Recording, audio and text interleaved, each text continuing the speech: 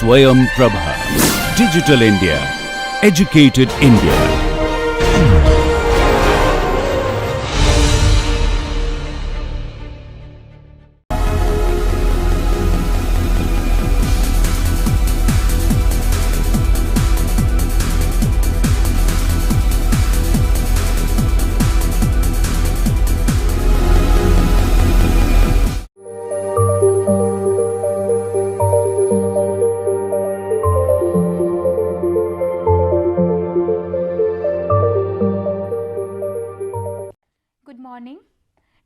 Today we are going to start a new chapter on pile foundations. Pile foundation is a typical one type of deep foundation. Now you have already studied shallow foundations, so as far as the scope of this course is concerned, you will be studying pile foundation as deep foundations. So let us first try to see that why deep foundations are necessary. In situations where the soil at shallow depth is poor, in order to transmit the load safely, the depth of foundation has to be increased till a suitable soil stratum is met.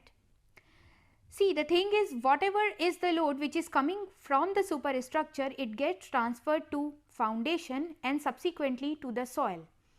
So, if you are going for shallow foundation and the soil strata below that is poor in nature, is not able to take that much of load which is coming from the superstructure, obviously you have to search for some suitable data where the foundation can transmit the load to the soil safely.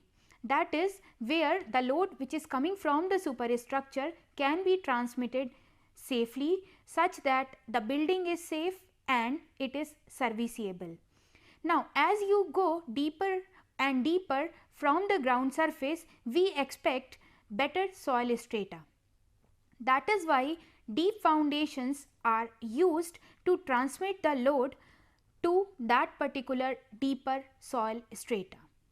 In view of the increased depth, these foundations are called deep foundations. So you have already studied various aspects of shallow foundations, and in this chapter we will be dealing with many aspects of deep foundation and particularly of pile foundation. Now, the manner in which the soil resists stresses from shallow and deep foundations, they are quite different. In shallow footing, let us say the load which is coming from the superstructure is compressive vertical load. The way it will resist that particular load, that particular way is different for shallow foundation and deep foundation.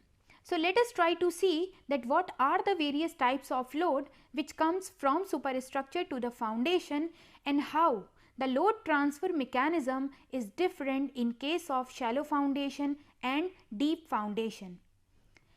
So the mechanics that resist loads applied to foundations, I am going to show you all these mechanisms in the next few slides. So you see here, this is the first one is showing you the shallow foundation.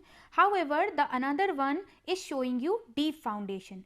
So first of all, you can have a look. You already know about this shallow foundation. Just have a look that how this pile foundation or deep foundation look like. You see here, if this is, let us say here is the presence of ground surface. This is the presence of ground surface. This is simply placed at a shallow depth.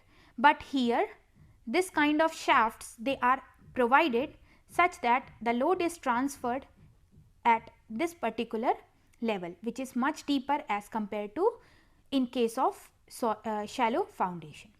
So you see, in case of vertical compressive load, whatever is the superstructure, the load which is coming on these two structures, it is compressive as well as vertical in nature.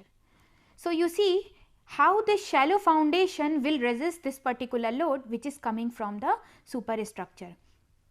The soil which is lying below this shallow footing will react and it will have some ultimate bearing capacity, so that vertical compressive load is compensated by that bearing capacity. If the vertical load which is coming from the superstructure, if it is less than the bearing capacity of the soil, obviously the foundation will be safe. However, in case of deep foundation, it is not the bearing capacity which resists the load which balances the load which is coming from the superstructure. So you see, in case of deep foundation, this load is being resisted or being balanced by a combination of skin friction as well as end bearing.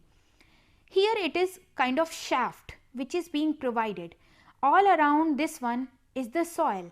So there will be, as soon as the load comes from the superstructure, there will be relative movement of the soil along the pile shaft.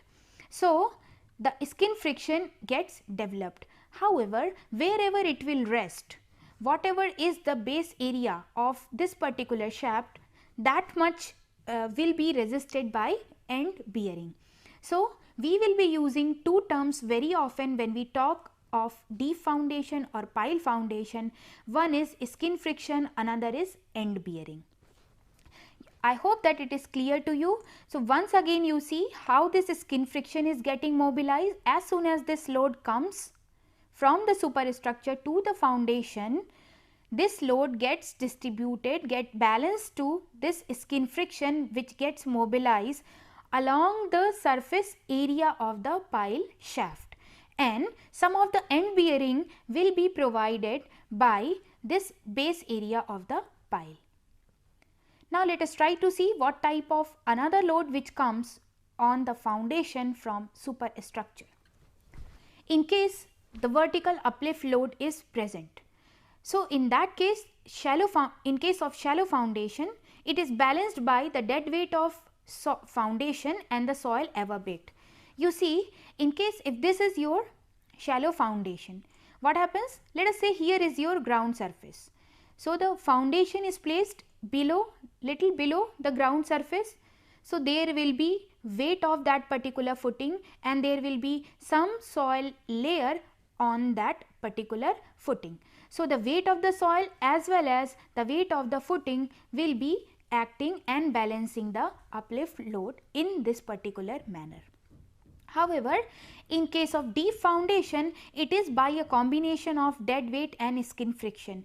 You have already seen that how this skin friction get mobilized. So in this case also, since it is subjected to uplift force, so the friction will be mobilized in the downward direction, that is opposite direction. So you can see here that it is getting mobilized in this particular direction, and at the same time its weight, whatever is the weight of pile or the deep foundation, that will also be balancing.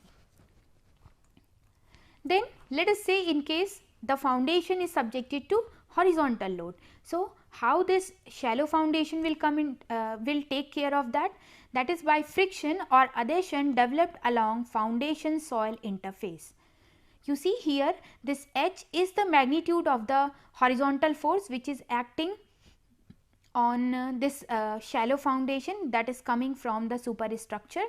So if the direction of horizontal force is this, then in the opposite direction the adhesion or cohesion force will be there. That is, this is due to, because here the soil is there. So wherever there is interface of soil and the footing, there this adhesion or cohesion will develop and that will balance this horizontal load. However, in case of deep foundation, it is by lateral earth pressure. You have already studied what do you mean by lateral earth pressure. So you know that how you can estimate and what are the basic theories behind that. So in case of pile foundation or deep foundation, if it is subjected to horizontal load, that horizontal load is get balanced by this lateral earth pressure in this particular manner.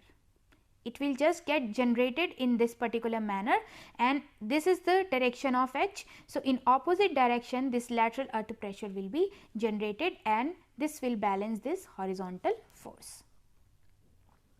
Then what happens if the if moment is there on the foundation, that is the foundation is subjected to moment. So, in case of shallow foundation, you see if it is clockwise moment here as it is shown in this figure, that is M, it is balanced by redistribution of bearing pressure. You see, if the movement direction is this, the foundation will have tendency to move like this, and then correspondingly the bearing capacity of the foundation will come into picture and will balance this particular moment. However, in case of deep foundation, it gets balanced by converting them to axial compression and uplift. So, you see here this is a moment. So, this will have tendency to move in this particular direction. So, this part will go downward and this part will go upward, and this foundation will try to resist this particular moment. So, here in this particular pile or in this particular shaft, what will happen?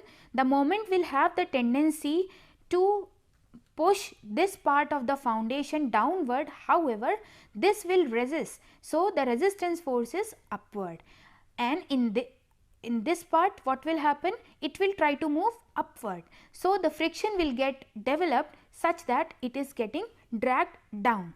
So, it is kind of converting all this moment to axial compression and uplift. Now, some of the typical characteristic of pile foundation, they are an example of deep foundation. It is a relatively small diameter shaft which is driven or installed into the ground by suitable means. So, you see, deep foundation, when I talk of deep foundation, it is a general term in which you have sheet pile, you have well foundation, you have well caissons and etc. However, in the scope of this particular course, we will be studying this pile foundation. So, from now onwards, I will be using pile foundation term only instead of deep foundation. It is relatively smaller diameter shaft which is either driven or bored in the ground by different suitable means. All these details we will be studying in the subsequent classes, and maybe few aspects in this class also. Usually these are driven in groups to provide foundations for structure. See, whatever load is coming from the superstructure, it may happen that a single pile is not able to take that particular load. That is why it is always provided in groups. Pile group may be subjected to vertical loads, horizontal load, or a combination of these two, depending on what is the type of superstructure, where it is getting constructed, what is the type of the soil, what are the characteristics surrounding things. Depending on that, the pile foundation will be subjected to either vertical load or horizontal load, or both can be present. Then these piles are useful in transferring load through poor soil or water to a suitable bearing stratum by means of end bearing. These are called end bearing piles or point bearing piles. So, you see, let us say that on top from the ground surface there is very poor soil strata which is present, or let us say if you have to go for the design of a foundation for this river abutment, then what will happen? There water is present. So, in that particular case, when you have poor soil strata just below the ground surface, or there is presence of water table, in that case what happens is the load is transferred through these piles to hard bearing strata. That is, it is transferred to a larger depth. Let us say that at any particular site there is 15 meter of soil cover, and beyond that you get rock strata. So, what happens is the bearing capacity or the whatever load a soil rock strata can bear is much more than the soil strata. So what happens is, if 15-meter soil cover is there, I would like to install the pile foundation of, let us say, 16 to 17 meter, such that the 15-meter depth of the pile is there in the soil strata, and remaining 1 or 2 meter is socketed in rock. So in that case, what happens is, since the above soil layer is poor, whole of the load is getting transferred to that good rock strata. So in that case, the main function or the main resistance of the load from the superstructure, it is bared by this end bearing. That is why such type of piles are called end bearing piles or point bearing piles. Then is the second case, when the piles are installed in soft soils such that the load is transferred through friction along the length of piles, they are called friction piles. In the few previous slides, we have seen skin friction and end bearing. So as soon as the load comes, it gets transferred to the soil. So in case the component through the skin friction or through the friction which is mobilized along the pile shaft, in that case, that is called the friction piles. However, in case of end bearing pile, the load is basically shared by that end bearing only. Now, piles are also used to resist horizontal loads, as in case of foundations for retaining walls, bridge abutments and valves. These piles are called laterally loaded piles. So you see, depending on how the pile is resisting or transferring the load from the superstructure to the soil, we are getting different type of piles. First we saw end bearing pile, and then we saw friction pile, and here it is the third type, which is laterally loaded pile. So laterally loaded piles basically resist horizontal loads. Wherever the horizontal loads are present, usually its function becomes that it has to transfer the horizontal load, so it is called laterally loaded piles. In case of large lateral loads, piles are driven at an angle, and hence they are termed as battered pile.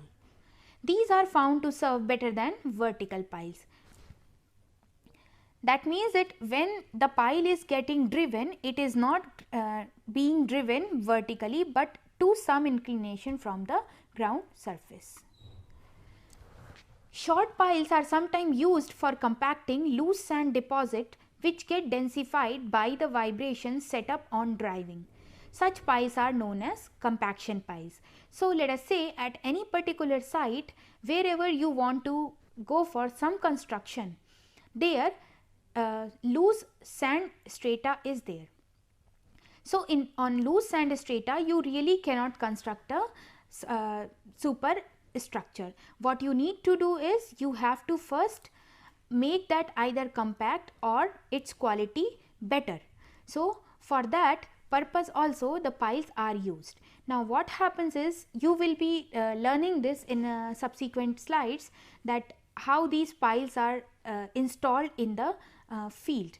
So what happens in this case, that when these compaction piles are used, the loose sand strata, you see, when the pile is getting driven, so due to the vibration which is given to drive the pile into the sandy strata, loose sand strata, what happens is, due to the vibration, the sand strata gets compacted. So that compaction enhances in the bearing capacity of the foundation and the soil. Piles are sometimes used to resist uplift loads and thus are in tension. They are called tension piles. You have seen that from the superstructure, uplift load can come into picture. So in that case, the function of the pile mainly becomes to resist these kind of uplift load, and when it has to resist the uplift load, obviously the friction will be mobilized in the downward direction and the pile will be in tension. So these piles are called tension piles. Then piles can also be used to provide anchorage against horizontal pull, as in case of anchored bulkheads, and these are termed as anchor piles. So let us say that there is horizontal load and a pull is there, then what happens is the pile, the foundation has to resist that particular pull, so it acts as an anchor. So this pile is called as anchor pile. Piles may be required to increase the stability of tall structures where the foundations are subjected to large eccentric loads, inclined loads and moments. It may happen that only eccentric loads are present, only inclined loads are present, or only moments are present, but usually for tall structures or heavily loaded structure, all these type of loads are present. They are also used to avoid damage due to the possible scouring of the soil immediately below the foundation. Let us say that you have to go for some foundation for maybe river abutment or bridge pier or whatever, wherever this water is present. So when the water is flowing, then it has a tendency to scour the soil. In that case also piles are very useful. Now type of the piles, depending on its function, its method of installation in the field, its material of construction, they have been divided into various categories, because we have seen just now that how this piles, they are being classified as far as load transferring mechanism is concerned. You have seen that if the load is getting transferred through end bearing, it is called as end bearing pile. If it is through friction, it is frictional pile. Then laterally loaded piles, anchor piles, tension pile, compaction pile, etc. So here, based on material of construction, you have timber piles, steel piles, concrete piles and composite piles. However, in case of cross section, the cross section of the pile can be circular, it can be square, it can be hexagonal, I section, H section or pipe section. So depending on the cross section, you can call, if the cross section of the pile is circular, it will be known as circular pile, square pile, maybe I section, so I section pile. Now based on shape, it can be cylindrical, tapered or under-reamed. This under-reamed we will be discussing little in detail maybe in subsequent slides or in subsequent lectures. Then mode of load transfer, this we have already seen, that bearing, friction, tension, etc. Then how it is formed, that is whether it is already precast at some other location and then transferred to the site where it has to be installed, or it may happen that it is getting casted at the site, that is called as cast in situ. You see here cast in situ, this means that the pile is being casted at the site only, it has not been precasted and transferred to the site, it is getting casted over there on the spot only. Then method of installation, that is pile can be driven, it can be bored, it can be vibrated or jetted. So depending on this method of installation, there are various types of piles.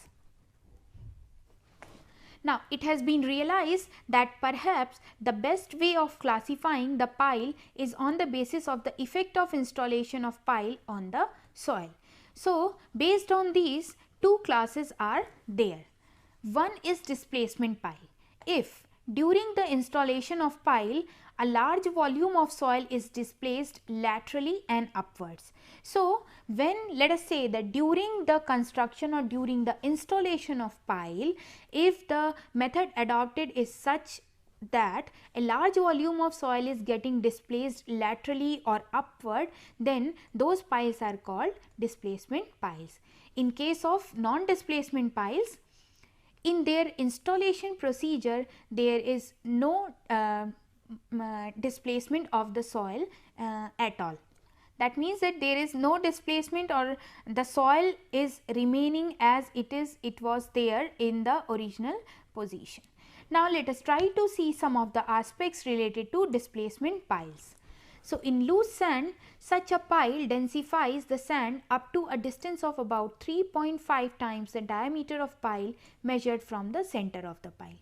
You see, what happens is, when you, as I explained you, that in case of loose sand strata which is present over there, if you drive a pile, sometimes it may serve the purpose of compacting that particular loose sand strata, that is called compaction pile.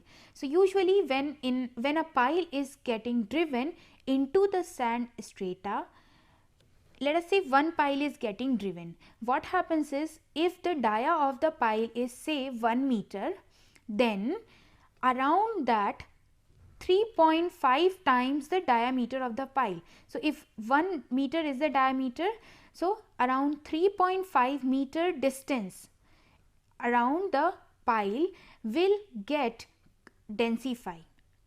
Okay, the whatever sand is there in that particular area, it will get densify.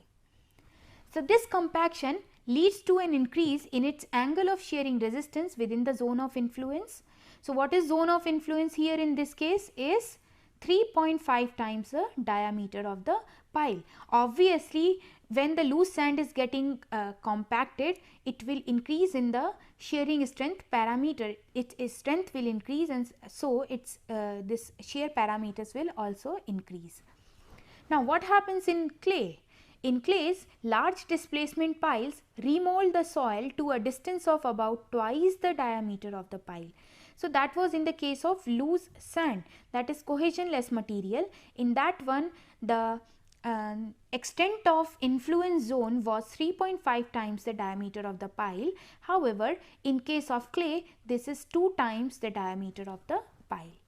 Now, during driving, very high pore water pressure are set up around the pile, and soil regains its initial strength only after a period of time when the excess pore water pressure are dissipated. You see, in clays, what happens is, if the water table is present, the mostly the phenomena is the consolidation. What is consolidation? Is that the dissipation of the pore water pressure with time. So this, when if during driving very high pore water pressure are set up around the pile, so the soil will regain its strength after some time when that extra pore water pressure gets dissipated, after that only. These are preferred for use in loose to medium sands and not in dense sand or clay. That means that displacement piles, they are preferably used in loose to medium sands, because in case of dense sand, what will happen, it will become very difficult to drive these piles, right, because they have the tendency to compact the soil about 3.5 times the diameter of the pile. However, in case of clay, what will happen, it remolds the clay about 2 times the diameter of the pile, and so with that, the high pore water pressure gets generated, soil loses its strength. That is why it is not preferable in case of dense sand or clay. The various type of, what are the various types of large displacement piles? They are driven and cast in situ, driven precast, or pre-stressed concrete piles, timber piles, etc. These are various examples. Now, if I see that driven, what do we mean by a driven term that I am using here? That driven is that you are driving. See, there are two methods, that simply the pile is constructed already, you are driving it with some mechanical hammering or some vibration technique. Okay, so that term is known as driven. Then cast in situ, as I explained you, it is getting casted in the field itself. Then driven precast, it has been casted already, transferred to the site, and then getting driven by some mechanical hammering process. Pre-stressed concrete pile, in that one the pile gets stressed during its construction, that is when it is getting precasted or when it is getting casted, then there is some stress which is being inbuilt, which is forced to inbuilt in the pile. That is what is pre-stressed concrete pile. And then timber pile, you know, if it is made up of timber, that is timber pile. Now displacement piles, again there are some piles like the rolled steel section piles, screw piles, open-ended hollow section piles, etc., which are classified as small displacement piles as on account of their small cross section they produce small displacement of piles.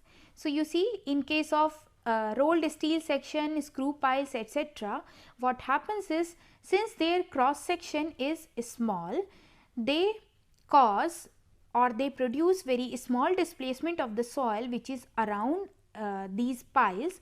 That is why they are called these small displacement piles. These small displacement piles are preferred when ground displacements and disturbances are to be minimized. Now, when this condition can occur, let us say that wherever is your construction site, some nearby structure is very sophisticated one and you really cannot allow the soil to be disturbed. So, in that case, and at the same time you cannot go for shallow foundation. So, at those type of locations you need to go for these small displacement piles here. So, now let us try to see some of the features of non-displacement piles. How they are formed? A void is formed in the soil by boring or excavation and is then filled with concrete. You saw that in displacement piles, what was happening, that while driving or while installing the pile, the disturbance was caused in the surrounding soil. And so, that particular type of pile was not suitable for all type of soils. However, in case of non-displacement piles, what happens is a boring is done or some excavation kind of thing is done, and then the concrete is poured into that particular void which is created by boring or excavation, and it is filled with concrete to form the pile. The sides of the void can be unsupported or supported either permanently by casing or temporarily by casing or drilling mud. Now, the thing is, let us say that you have to go, obviously wherever you are going for pile foundation, the soil strata is going to be poor. Now, if the length of the pile, say it is of the order of 25 to 30 meters, sometimes it becomes difficult to make that particular bore or that particular borehole exactly vertical. It may happen that the walls of that borehole may get collapsed. So, in case we need to support them. So, how we can support them? Either permanently or temporarily. So, permanently casing can be used to support that particular borehole, or temporarily by casing or drilling mud. Examples of non-displacement piles are bored cast in situ piles and bored precast piles. Now, here I am introducing this new term as bored. Earlier it was driven. So, the method of installation was with the help of some mechanical measure, that is by hammering or due to vibration.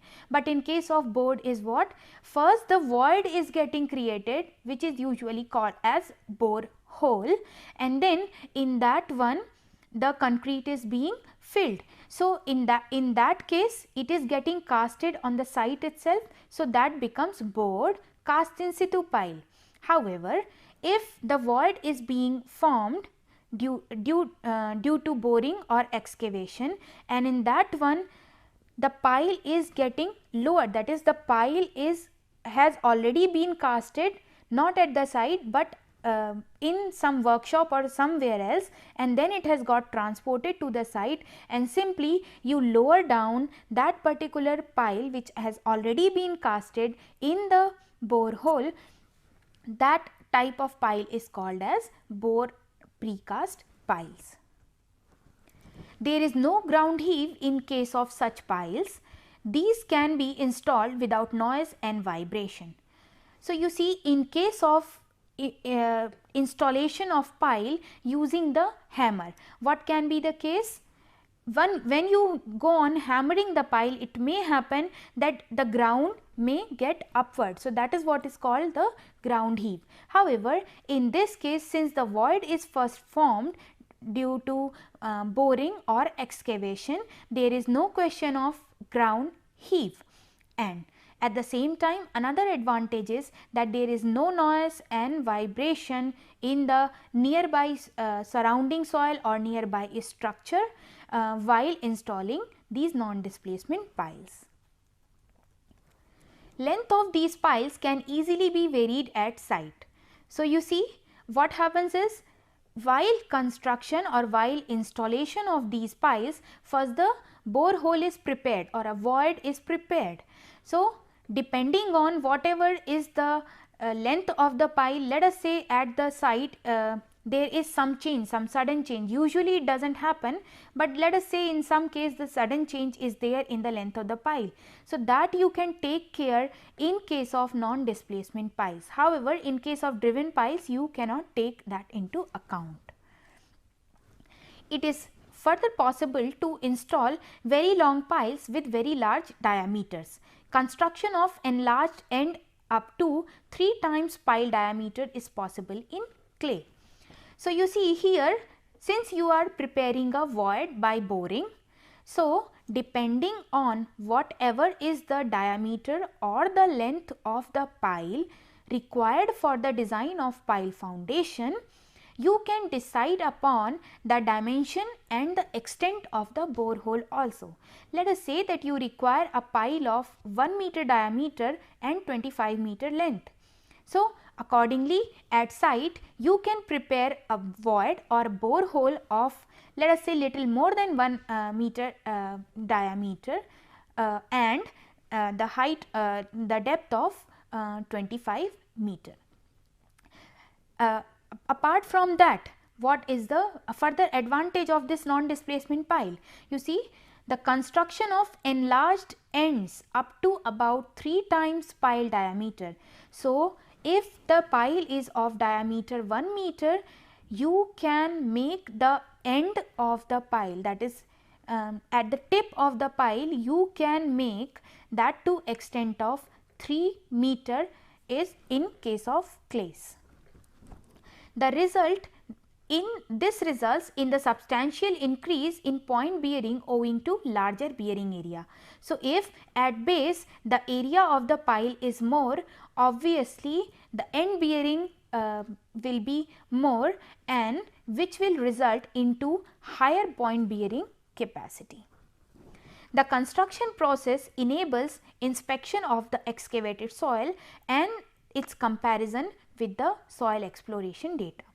See, before going for any construction at any particular site, you go for soil exploration that you have already studied in the beginning of this particular course, foundation engineering. So, whatever data that you get from the soil exploration, that can be checked here in this process, because when the process of installation is going on, what happens is you prepare a borehole. In that particular process, you can take out some of the soil samples at different depth level, and then you can check the proper, or you can get them tested, and then you can check the property of these samples to the soil exploration data that you already have. So, in case that any particular thing gets left out, let us say any presence of some cavity or maybe loose soil pocket at the larger depth, in that case that can be taken into account during the installation of these non-displacement piles. Then during the installation of piles, the soil on the side of the borehole softens due to contact with wet concrete or due to water used in the borehole to facilitate boring. See, what happens is when you go for boring, you have to to avoid sand boiling, or many a times to facilitate the boring, because it may happen that the soil strata, as you go deeper and deeper, it is very compact in nature. So what is done in the field is that they just pour some water from top of the borehole, which actually loosens the soil, that is the wall of the borehole.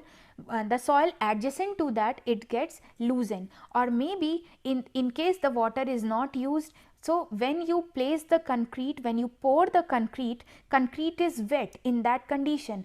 So the soil which is in contact with that wet concrete, it also gets loosened in that case. This particular two cases, they result into some of the things which we must take into account. First observation is the loosening of soil if it is of clay type. If you are digging a borehole or you are planning to install the pile in clay type of material, what happens is in the presence of, say, use of water during boring, or the contact of wet concrete with the borehole wall, the loosening of this clay soil can be there, which results into loss in shear strength and reduced pile bearing capacity if it happens to be sand or gravel. So in case of clay, loosening of soil takes place. Obviously that loosening results into lesser capacity of the soil. However, in case of sand, what happens is that it results into the loss of shear strength, and subsequently the pile capacity gets reduced.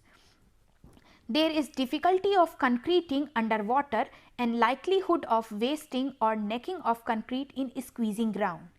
Now, what do you mean by squeezing ground? Say if there is a variation of natural water table and the soil is sensitive to that, that is known as your squeezing ground, and in case of that kind of soil is present over there, so due to the presence of water table or necking of concrete, what happens is it becomes very difficult to go for concreting. So this is a little disadvantage of these non-displacement piles. Then bulbs cannot be made in granular soil. If it is clay, then bulbs at the end can be made, and which you have seen that they result into larger point bearing resistance. However, in case of sand, that thing is not possible, or in case of granular soil, it is not possible. It is essential that concrete is placed as soon as possible after the boring is done to minimize the softening of the soil. See, when the boring is done, some water is poured to facilitate it. Now, if you leave that for some time, the water will get into the soil for further loosening of the soil. So, what happens is that time should be minimized by any means in between the concreting and the completion of the borehole to minimize the softening of the soil.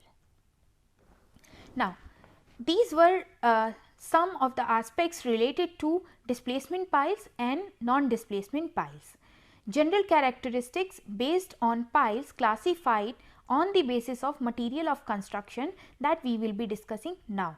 Mainly, I will be taking up three types, that is timber piles, second is steel piles, and the third one is concrete piles.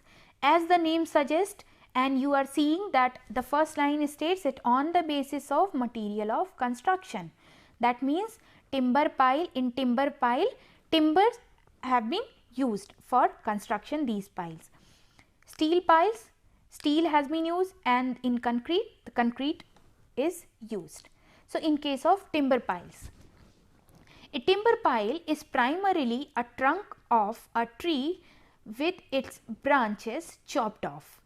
An iron shoe may be provided at the tip and iron cap at the top to prevent damage during driving. So, it is just as its name suggests, it is made up of timber, and to avoid any damage to this pile at the top and at the bottom, the iron cap is to be provided. They are very cheap and easy to handle. length up to 30 meter has been used for these. I mean various places till the maximum depth of 30 meter these timber piles can be used.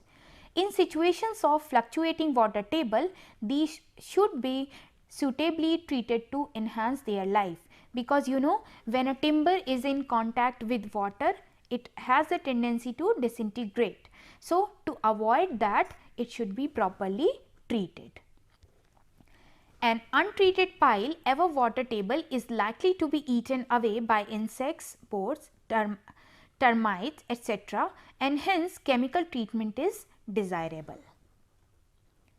Now, the allowable loads on these piles, they vary from 100 to 250 kilonewton per pile. See, why I am giving you this guideline, that usually when you will be going for construction, it will be your decision that which type of pile, what should be the length, what should be the diameter, what should be the size of the pile that you should use. So, if you know the property of typical piles of different types, you can make your choice easily.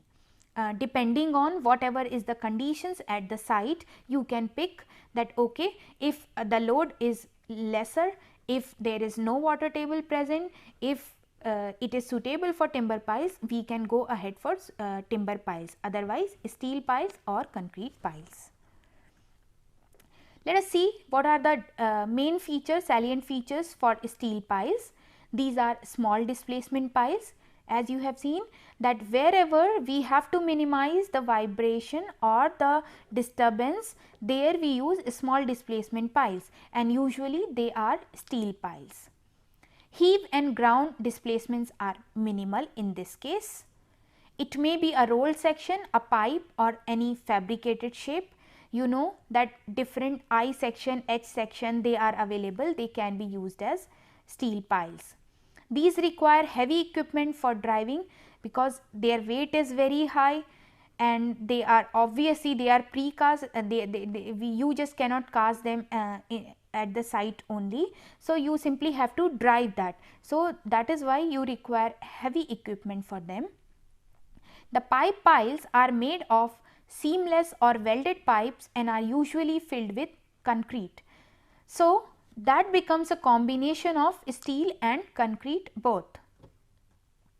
These pipes may be driven close ended with a driving point or open ended.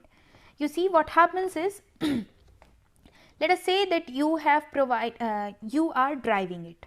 Okay, what happens is in case of pipe, both the ends can be open ended. So, you simply drive that particular pile and pour the concrete into it. The end which is at the larger depth, it can be close ended or it can be open also. Steel piles can be used to carry very heavy loads.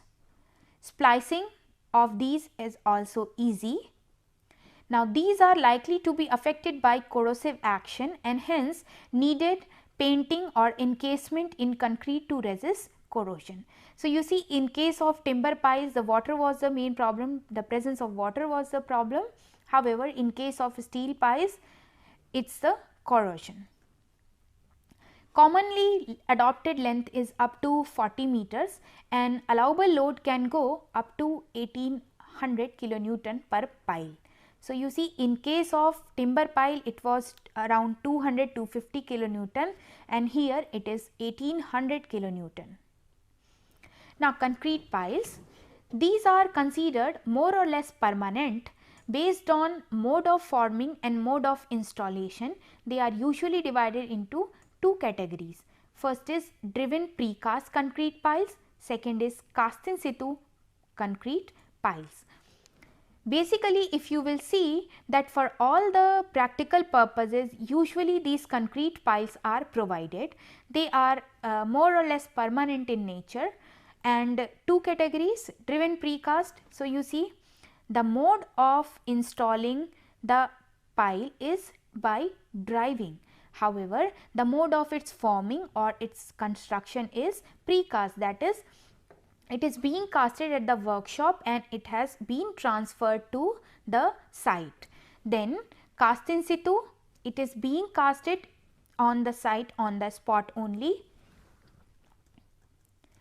Let us first have look on some of the salient points of driven precast concrete piles. Driven, it is getting driven by some mechanical means due to vibration, hammering.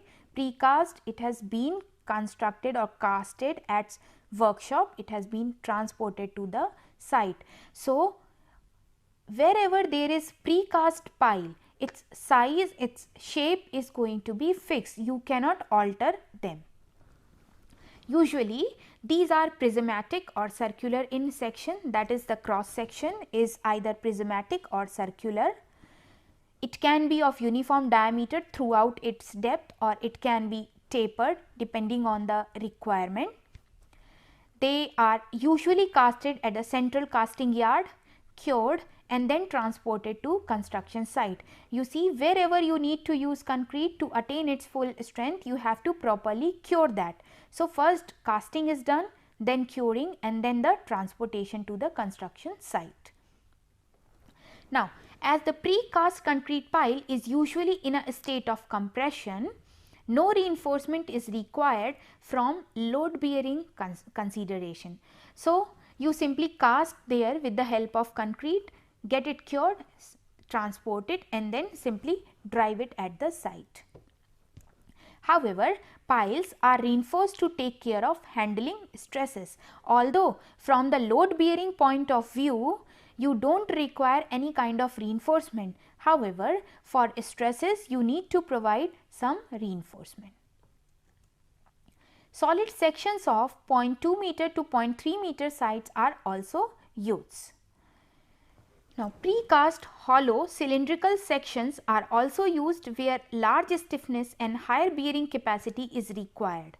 Although in our country India, these hollow sections are not so popular. However, in abroad many countries this has been used in the construction. Then what is the load area, load range? That is, shorter piles can carry loads up to 600 kilonewton, whereas the capacity of longer piles can in some case be as large as 2000 kilonewton. So, you saw that in the last one when we were talking of steel piles, it was 1800 kilonewton per pile.